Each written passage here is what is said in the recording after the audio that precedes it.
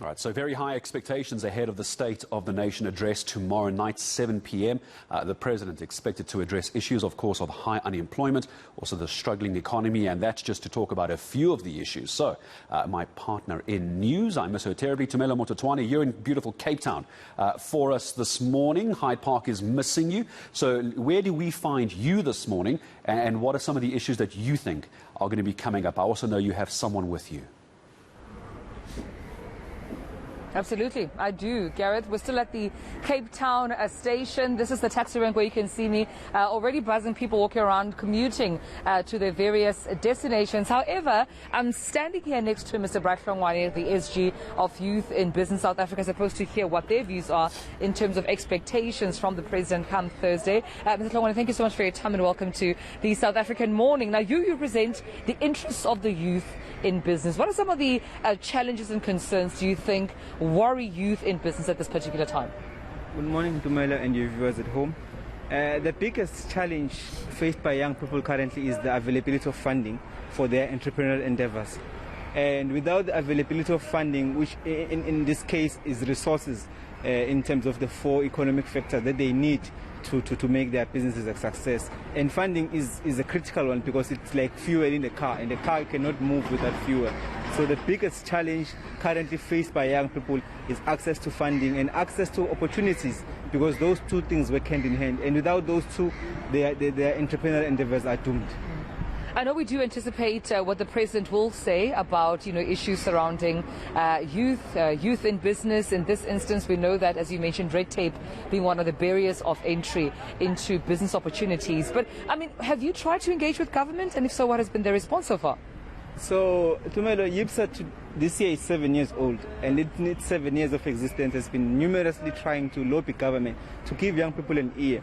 And it seems like our government of the day, the present administration, isn't willing to give us space, or even willing to make time for us to table our opinions, views on how can we as young people play an active role in developing South Africa.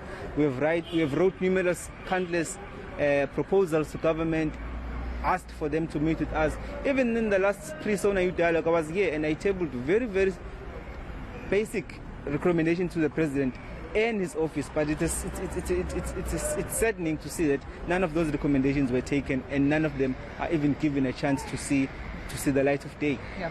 So what then are your expectations come Thursday when the President does address the nation?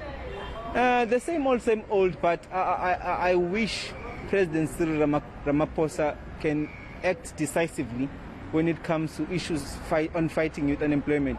We have a 74 to upwards youth unemployment rate in South Africa, and that is a catastrophe. And we can't sit idle and expect things to get better daily if he, as the leader of the country, isn't acting up. So I'm expecting him to show decisiveness, and expecting him to see and allocate various resources and opportunities to young people. If he does that, he'll regain my faith, my hope, and my trust, because all those 3 elements, from me, I don't believe he has any. Yeah. And just in the last question I have for you with the time I've left with you, what has been the impact of the pandemic so far on youth-owned businesses, particularly in the country, in the area of Cape Town where we stand at this moment, perhaps painting us a picture of what's happening on the ground that urgently needs the President's attention? So, to give you a basic example, out of 10 businesses young people have started in the pandemic, or they already have, 9 of them are closed now because of unavailability of assistance from government to try and mitigate the impact of the pandemic. So the pandemic caused a great ordeal on young people's businesses, and it's so sad that some of them won't be able to even make it again post-COVID-19. So we're trying to add value to the state by ensuring that we create those small jobs as MMEs, but seemingly we're on our own and without a conducive environment, because currently most big businesses are seeing South Africa as not an investment destination. And if big businesses don't see South Africa as an investment destination, we as locals try to revive the local economy.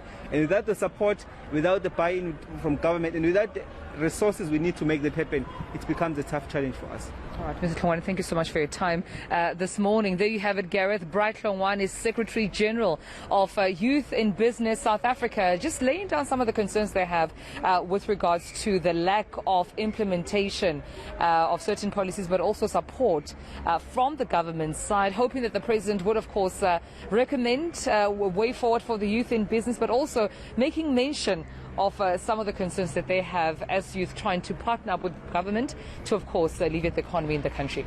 Yeah, it's the youth economy which is going to be such a big talking point. Tumela Mototwane for us down in Cape Town. She's down there, of course, for our rolling and ongoing coverage of SONA. We'll be back to her again later in the morning. Tomorrow is, of course, the very big day for State of the Nation address. Thursday, 7 p.m, going to be live here on eNCA, also live streaming on eNCA.com.